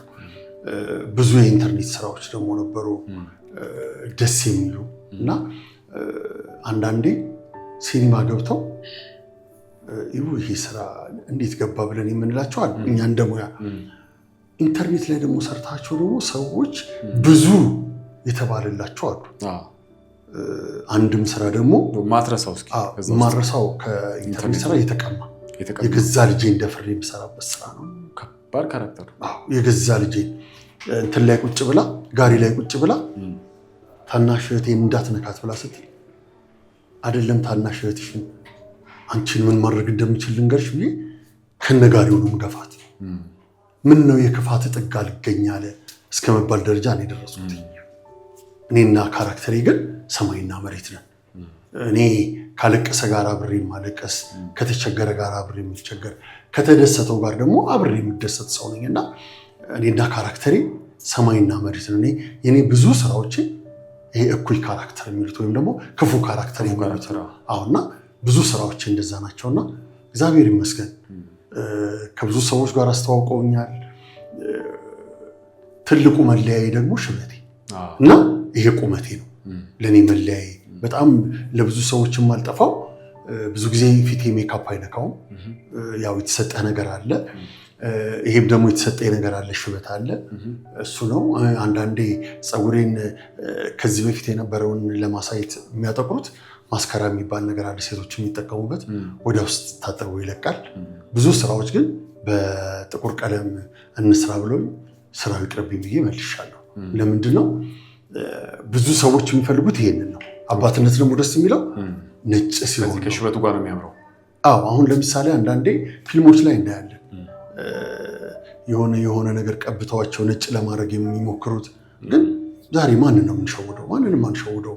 ምን አለ ያንን ካራክተር ለመስራት እንደዛ አይነት ፀጉር ያለው ሰው ቢፈለግ ገብቶሃል አይደል? ቢፈለግ ከማንጣት ይልቅ እንደዛ አይነት ሰዎች ቢፈልጉ አይጠፋም። ግን ለምንድን ነው ብዙ ጊዜ ለምንድነው እንደዚህ የምታደርጉት ተብዬ እጠየቃለሁ። ለምንድነው ነጭ ፀጉር ያለው ሰው ያልሰራው ወይም ደግሞ ይሄ የተዥጎረጎረ ጥቁርና ነጭ ፀጉር ያለው ለምን አልሰራውም? ለምን እንደዛ አታረጉ? መልሴ እኔ አላቅም ነው የምላቸው። ለምንድነው ሁሉም ሰው አንተ ያለህበት አንተ ሁሉ የምታውቅ አንተ ሁሉ የምትወስን ይመስላችኋል? ብዙ ጊዜ ሰዎች ልጆች ይደውሉልኛል። እኔ ባይዘዌ አዲስ አበባ ላይ አንዳንድ ቦታ ላይ ሄጄ ሙያዬን አካፍላለሁ። በተለይ ደግሞ አዳማ ላይ ክላስ የምሰጣቸው ልጆች ነበሩና የአንድ ሰዓት ጊዜ ኖሯቸው 2 ሰዓት ከኔ ጋር ቁጭ የሚሉ አሉ። እባክህ በቃ ትንሽ ቆይልን ብለው የሚሉ እና ሁሉን ነገር አንተ እንትን የምትል ይመስላቸዋል። የምትወስን ማድረግ የምትችል ይመስላቸዋል። አንችልም። እኔ ለምሳሌ አንተ አሌክስ ወደ አንተ ሙያ አመጣለሁ ብለህ ብትለኝ መንገዱን ላሳየህ እችላለሁ። ወስጄ ካስት አድርጉት ወስጄ ፊልም አሰሩት ማለት አልችልም። መንገዱን ግን አሳይሃለሁ። ማንም ማግኘት እንዳለብህ ከማን ጋር ማውራት እንዳለብህ መንገዱን አሳይሃለሁ እንጂ ካስት አድርጉት ወይ ፊልም አሰሩት ማለት አልችልም። ለምን? እኔም ካስት ተደርጌ ስለምሰራ። ብዙዎቹ ለምንድነው ካስት ማታስደርገን ይላሉ። እኔም እኮ ካስት ተደርጌ ነው የምሰራው እንጂ እኔ ያለውን ፕሮዲውስ ማድረግ የምችል ቢሆን እባካችሁ እሱን አሰሩልኝ፣ እባካችሁ ሳምበዲን አሰሩልኝ እላለሁ። ግን እንደኔ ደግሞ አላደርገውም ፕሮዲውስን ባረግ። ለምን? ለዛ ካራክተር አቅም ያለውን ሰው ዳይሬክተር ነው መምረጥ ያለበት። ለዳይሬክተሩ ነው የምለቀው። ለምን? የእናቴ ልጅ አይሆንም። የእናቴ ልጅ ወንድሜ ቢሆን ወይ እህቴ ብትሆን አሰራኝ ብላ ብትል ለዛ ካራክተር የማትመጥን ከሆነ አትመጥንም። በዛ አምናለሁ እንጂ እህቴ ስለሆነች ወይ ወንድሜ ስለሆነ ወይ አክስቴ ልጅ ስለሆነች አላሰራም። ለምን? ነገ ፊልሙ ቢበላሽ ከዳይሬክተር ቀጥሎ እዛ ያ ክሩ ነው የሚጠየቀው። ስለዚህ ከተጠያቂነት ለመዳን ሙያ ውስጥ ያለን ሰው ይዘን ብንመጣና ብናሰራ ደስ ይላል። እና አሁን ብዙ ጊዜ የምናያቸው ነገሮች አሉ። በተለይ አሁን ላይ ብር ያላቸው ሰዎች እየመጡ ሜን ካራክተር ካልሆንን አንሰራም። አይከብድም? ግን በጣም ሁሌ የማዝነውና ሁሌ የምበሳጨው በዚህ ነው። ቢያንስ ረዳት ተዋናይ ሆኖ እየሰራ መጥቶ ራሱን ማሻሻል በትወና ራሱን ማስተማሩ ቢያንስ ይሻላል። ደስ ይላል። ለምን መሰለ? ገንዘብ ስላለ ብቻ ተዋናይ መሆን አትችልም። ገንዘብ ስላለኝ እኔ ዘፋኝ መሆን አልችልም። በገንዘቤ የሆነ ነገር ልሰራበት ይችላል። ትወናን ግን አትገዛው። ለምን መሰለ? ተፈጥሮ የሰጠች ነገር አለ። ተፈጥሮ የሰጠችን ነገር በትምህርት ስታዳብረው ነው ተዋናይ መሆን የምትችለው እንጂ ገንዘብ ስላለ ብቻ ተዋናይ መሆን አይቻልም። ብዙዎች አሁን የሚመጡ አሉ፣ ፕሮዲውስ እናድርግ ይላሉ። ከዛ ሜን ካራክተር ወይ ይሄ ነገር ግን የሚብሰው በወንድ ነው በሴት ነው? በወንዱ ይብሳል። ወንዱም ሴቱም አሉ። አሁን ያጋጠሙኝ አሉ፣ ወንድም ሴትም። ግን ሞር በወንዱ ይበልጣል።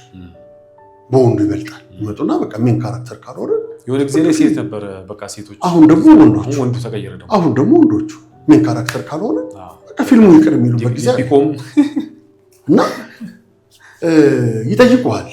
ተመልካች ደግሞ ለምን ያ ሰው ለምን ሰራው ለምን አስገባችሁት ብለው ይጠይቁናል።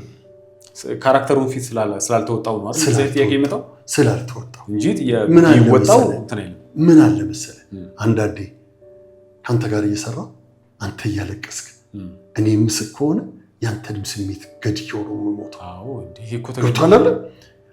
ስሜት እኮ አንዳንዴ ይጋባል እኮ። ያንተ መሳቅ እኔን ያስቀኛል፣ ያንተ መከፋት ያንተ ማዘን እኮ እኔም ውስጤን ይከፋዋል። ፊቴ ላይ የሚታይ ነገር አለ።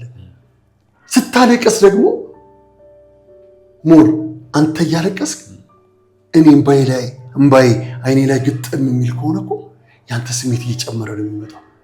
የኔ እምባ መውረድ ሲጀምር ሞር ከዛ በኋላ ደግሞ አሪፍ ነገር ይሆናል።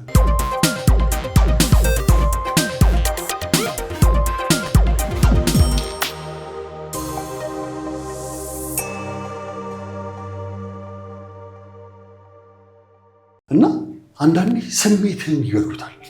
ስለዚህ ስሜት ይጋባል። ምናልባት ያው አንተም በዚህ በፊልም ውስጥ ብዙ ተሳትፈሃል።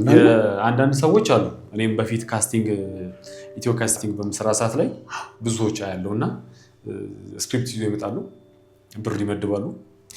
የመጀመሪያው ብሩንም ስክሪፕቱን ያመጣሉ። ከሚገርመኝ አንዱ ማለት ነውና የመጀመሪያው ነገር ስክሪፕቱ ለዳይሬክተሩ ይገባዋል ዳይሬክተሩ ሁሉ ነገር ይወስድ ከዛ ፕሮዳክሽን ማናጀር ከሱ ፕሮዳክሽን ማናጀር ዳይሬክተሩ ጋር ሆነው ነገሮቹን የትኛው አክተር ቢተወነው ምን ያህል ኮስት አለው ምናምን የሚለው ከዳይሬክተሩ ጋር ዳይሬክተሩ ሁሉ ነገር የፊልሙ ጊዜ ውስጥ ነው የሚያዘው ያመጡና ይሰጧል አይበቃም ብሩ ካነሰ ይጨምር አይዞት አነሰብህ ምናምን ይሏልና እንጂ ያረቀይ እስቲ ዳይሬክተር እስኪ መጀመሪያ ይመረጥለት ለስክሪፕቱ ዳይሬክተር ይጣ ምንድነው አንተ የፈለከውን ሰው አለው አይኔ የፈለኩት ሳይሆን ስክሪፕቱ አንዳንዴ አለ እንደ ስክሪፕቱ እኔ ድራማ ዳይሬክት ማድረግ አልፈልግም ይልሰዋል አይኔ ድራማ ኮሜዲ በቃ እኔ ያለው ሮማንስ ነው ያለው ሮማንስ ኮሜዲ ነው ያለው ይልሰዋል ከዳይሬክተር እንኳን ማለት አይ እንትናን ስለምወደው እሱ ነው መሆን ያለበት ነው አይደል ሰውዬው አይፈልግም ዳይሬክት ማድረግ አይፈልግም ከዛ አይ ግዴታ ይባል በቃ እንግዲህ ስራ ከመፍታት ጥሩ እስቲ ልሞክረው እስቲ ከዛ ምን ያደርጋል መለማመጃ ያደርጋል ከዛ ፋይናሊ ይሁን ይሄ እንደዚህ ስለማይችል ነው እሱ እንደ አይሰራም ይሄ እንደዚህ ቄስ ታከል ምናምን ደስታ ማከራቸው አንዳንዴ ምን ያለ እኔ አሁን የገጠመኝ ችግር የለም ይስራው ዋናው ሰው መስራት ነው የሚፈልገው ልክ አልቆ ሲኒማ ቤት ቴንክ ዩ ፕሮግራም ጊዜ ስፔሻል ዴይ ቀን የሆነ ሐሳብ ይነሳላ ገንዘብ የተጫወቱበት በቃ ለምን መሰለህ ይኸውልህ እኔ አንተ የሆነ ነገር ብታወራኝ ዝም ብዬ ነው የማዳምጠው እኛ በጣም የምንግባባ ሰዎች እንዲህ ብናረገውስ ብለን ምንድነው ይሄ ሙያዊ ፍቅር አለ አይደል እንደዛ ነው የምንሰጣጣው አንዳንዱ መጥቶ ነው ያውቃሉ ይላል በቃ እኔ ያውቃሉ ሲል እኔ አሁን በጣም ብዙ ስራዎች ላይ ክሩ ላይ ዝም ነው የምለው ለምሳሌ ዝም የምለው እኔ ያውቃሉ ካለ ከዛ ሰው ጋር መጣላት አልፈልግም ይሄ ነገር ትክክል አለመሆኑን እያወቅ በቃ እኔ ያልኩት ነገር ትክክል ነው ይላል እኔ የኢንተርኔት ፊልም ላይ ከሌብያ አይደለም ሌላ ቀረጻ ነበርኝና እንዴት ሪሄርሳል መጣም ብሎ ወጣት ተዋናይ ነው የጻፈልኝ ቴክስት ስማን ተብሎ ነበር ከዛ ፕሮዲዩስ የሚያደርገው ልጅ ደወልኩኝና ይሄንን ስራ ነው ያልሰራው ወሰደው አንተ ነህ አይደል ፕሮዲዩሰር አዎ ምን አግብቶት ነው ለኔ ስማን ተብሎ የሚጽፍልኝ ከዛ አጋጣሚ ማሚ ነበረች ፍቅር ታደሳል ልጁ መጥቶ እዚህ ጽጌ ሽሯል አይደል እዛ ጋር እግሬ ላይ ነው የወደቀው ፕሮዲዩሰር አሌክስ የባክ አንተ እያሰብኩ ነው የኔ ጻፍኩት ሰዎች ነበሩ አሌክስ አታስቀይሙሽ የቀረጽ አለታ ግን ያን ልጅ ሳይው እንደ እብድ ያደረገኝ በመታው ደስታው አልችልም ግን ስሜቴን ዋጥ አድርጌ መጨረሻ ላይ አሌክስ ዛሬ ጥሩ አይደለም አለች ማሚ አዎ ማሚ ትላንት የመጡ ልጆች እንዲህ ይበሉኛል ጨምላቃ ሁሉ ነው ያለችው ማሚ ጨምላቃ ሁሉ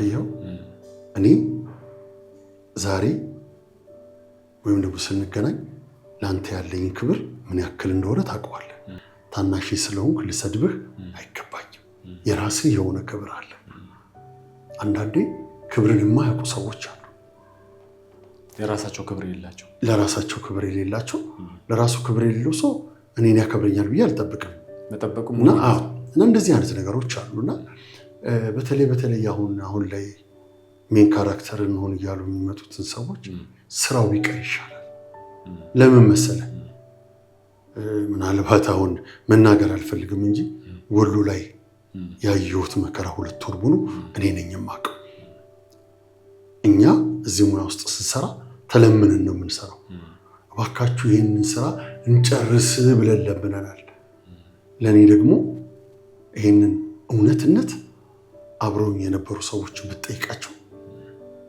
ከኔ በላይ ይነግሯል ከኔ በላይ ለምነናል ነገር ግን የዲሴና አካባቢው ህዝብ ልነግርህ አልችልም እንደዚህ እንደ እንቁላል ነው ሁላችንም የሚያዘ አሁን ድረስ የሚደውሉልኝ ሰዎች አሉ ከመጣው 15 ቀን ነው አይደል አሁን ድረስ የሚደውሉልኝ ሰዎች አሉ ይሄ መታደል ነው በነገራችን እንደው ምናልባት እኔ ምንድነው እስኪ እኛም አሁን እንዳናው በፊ ያፈለጉት ያላነሳውበት ዋነኛው ምክንያት ስራው ይታይና የስራው ውጤት ታይቶ ነገሮች ይረጋጉ የለ ሌላው ሰው እንዲማርበት ከዚህ በኋላ ከአዲስ አበባ ተነስተን ወደ ክፍለ ሀገር ወጥተን ስራ ልንሰራ ስንል ከማን ጋር ነው የምንሄደው እንዴት ነው የምንጓዘው የት ነው የምናርፈው ባለሙያውስ ማን ነው? ዳይሬክተሩ የሚመራን ማን ነው? እሱ በጣም ወሳኝ ነው። ይሄ ሰውዬ ከ2 ወር በፊት አንድ ፊልም አስመርቋል። ብዙ ሰዎችን አስቀይሟል። እዛ ላይ የሰሩ አክተሮችን ፊልሙንም እንደዚህ ነው ብዬ መናገር አልፈልግም። አክተሮቹንም ለምን ልባቸው ያውቀዋል። እነዛ ሰዎች ካስተደርገው ነበር እዚህ ፊልም ላይ ከአንተ ጋር ልንሰራ ነው ያሉት። ገብቶሃል? ስለዚህ ይሄ ሁሉ ነገር አለ። የመጀመሪያ ቁስል ሳይደርቅ ድጋሚ ሌላ። ስለዚህ ፊልሙ ይውጣ። በትክክል እኔ እዚሁ አዲስ አበባ ላይ 1 ሚሊዮን ብር ከፍላለሁ ለዚህ ካራክተር ብሎ ቢለኝ ከዛ ሰውዬ ጋር ድጋሚ መስራት አልፈልግም። የዚህን ያህል አዎ። ለምን መሰለ? ያለ ምንም ነገር 2 ወር እንደገና ደግሞ ፕሮዳክሽን ላይ አዲስ አበባ ላይ ሆነን የኢንተርኔት ፊልም እንኳን ስንሰራ ይሄ ምግብ ይሻለኛል እንደ ለጫጩት የሚፈተፈት በውሃ አይታል። እንደዛ አይነት እየበላን ነበርኛ ብዙ ነገሮችን ችለን 2 ወር ሙሉ 3 ወር 4 ወር የተቀመጥ ነው። የተሰጠንን ብር አይደለም የተከፈለንን ብር አይደለም፣ ከዛ በላይ ነው እኛ ለምግብ ያወጣ ነው ከራሳችን ኪስ። ሼፍ አመጣሁላችሁ ነው ያለን። ግን ፊልሙ ይውጣና በዚህ ጉዳይ ላይ በደንብ ድጋሚ ካንተ ጋር እናወራበት ይሻላል። እኔም እሱ ነው የምመርጠውና አሌክሶ በጣም ነው የማመሰግነው። በመጨረሻ የምታመሰግነው ይሄ ቀረ የምትለው ነገር ካለ እሱ ነው። እስኪ እንግዲህ በመጨረሻ ነው የቀረ የምለው ምንድን ነው? አሁን ብዙ ተመልካቾች እዚህ ሙያ ውስጥ ያሉ ሰዎች ፊልማችሁ ቀዝቅዟል ሲባል አዎ ይላሉ። በምን ቀዘቀዘ ብለው ሲባሉ ጥያቄ ብዙ የሚመልስ ሰው የለም። አዎ ለምሳሌ አዲስ አበባ ፈርሳ እንደ አዲስ እየተሰራች ነው። ብዙዎች ወደ ቦሌ አራብሳ፣ ኩዬ ፈቼ፣ ቱሉ ዲምቱ እየሄዱ ነው ያሉት። በአሁኑ ሰዓት አዲስ አበባ ላይ ራሱ ሰዎች እየታነቁ ያሉበት ጊዜ ነው ያለው። እንግዲህ በቀን በ7 ሰዓት በጠራራ ፀሐይ አይደለ እንዴ የፌዴራል ልብስ ለብሶ ከዲዛይነሯ ላይ ወርውሯት ዲዛይን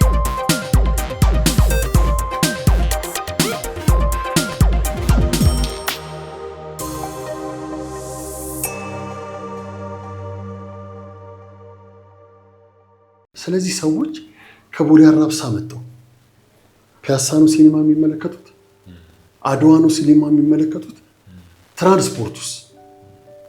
ነገር ግን ቦሌ አራብሳ፣ ኩዬ ፈቼ፣ ቱሉ ዲምቱ እዛ አካባቢ ባለሀብቶች ባህልና ቱሪዝም ሲኒማ ቤቶችን ቢገነባ ቲያትራችን፣ ፊልሞቻችን እንደ ድሯቸው እንደሚመለሱ እርግጠኛ ነኝ። ለምን መሰለህ? የሰው ልጅ መዝናናት የሚፈልገው ከስራ ከወጣ በኋላ ነው። የኢትዮጵያ ከስራ መውጫ ሰዓት 11 ሰዓት ነው። ሲኒማ ቤት አካባቢ 12 ሰዓት ይደርሳል። ፊልሙ ስንት ሰዓት ይጀመራል? ስንት ሰዓት ያልቃል? ትራንስፖርትስ የምትፈልግበት ቦታ ከሲኒማ ቤቱ ተነስቶ እዛ ድረስ አለ ወይ? የለም። ብዙ በእግር ተጉዘ ነው። ብዙ በእግር ደግሞ ስትጓዝ ደግሞ መታነቅ አለ። ለያስካት ሞባይል ተብለህ እኮ ትገደላለህ። ወይ የሆነች አሁን እድሜ ለስልክ ብርህ ሁሉ ስልክ ላይ ነው ያለው አይደል? በኪስ ይዘህ 200 ብር 300 ብር ከታየ ትታነቃለህ። ስለዚህ እንዲህ ያለ ባለበት ትራንስፖርትም አመች ባልሆነበት ቦታ ላይ ከቱሉ ደምቶ መጥቶ ፒያሳና እንትን ፊልም ማየት በጣም ከባድ ነው እና ስለዚህ እንዳው የሚመለከታችሁ የመንግስት አካልም ግለሰብ ባለሀብቶችም ባህልና ቱሪዝም እኛን የምትወዱ እኛን የምታደንቁን የምታከብሩን ከሆነ እስቲ ኩዬ ፈቼ ላይ፣ ቦሌ አራብሳ ላይ፣ ቱሉ ዲምቱ ላይ ትልልቅ ሲኒማ ቤቶችን ገንቡ። እኛ ሳንሆን ተጠቃሚዎቹ እናንተ ናችሁ። ስለዚህ እኛ ፊልሞቻችን አልቀዘቀዙም። የቀዘቀዘው ተመልካች ነው። ተመልካችም ደግሞ ወደ ዳር ስለወጣ ነው። አዲስ አበባ ላይ ቢሆን ኖሮ በአሁኑ ሰዓት ብዙ ተመልካች ይኖር ነበርና እስቲ የሚመለከታችሁ ባለስልጣኖችም ሆኑ ባህልና ቱሪዝም እንዲሁም ባለሀብቶች እስቲ ወደዛ አካባቢ ሲኒማ ቤትን ገቡ። ስለዚህ ውጤቱን ታውታላችሁና ይህን ነው መመክር። በጣም ነው የማመሰግነው አሌክሶ። ተመልካቾቻችን እንግዲህ ከአሌክስ ጋር የነበረን ቆይታ ይህንን ይመስላል። በሚቀጥለው ጊዜ ግን አንድ ሀሳብ ሰጥተናል፣ ያው ለእናንተ አስቀምጠናል ማለት ነው። ፊልሙ ይውጣ፣ ከዛ በኋላ ግን ተመልሰን ቆይታ እናደርጋለን ማለት ነው። እስከዛ ድረስ ግን ቸርን ሰንብት። በሌላ እንግዳ እንገናኛለን። እንደተለመደው ቻናላችንን ሰብስክራይብ፣ ሼር፣ ኮሜንት እያስቀምጣችሁልን አብራችሁን ስለምትሆኑ ከኛ ጋር ስለሆናችሁ ከልብ እናመሰግናለን። እንወዳችኋለን። ባባይ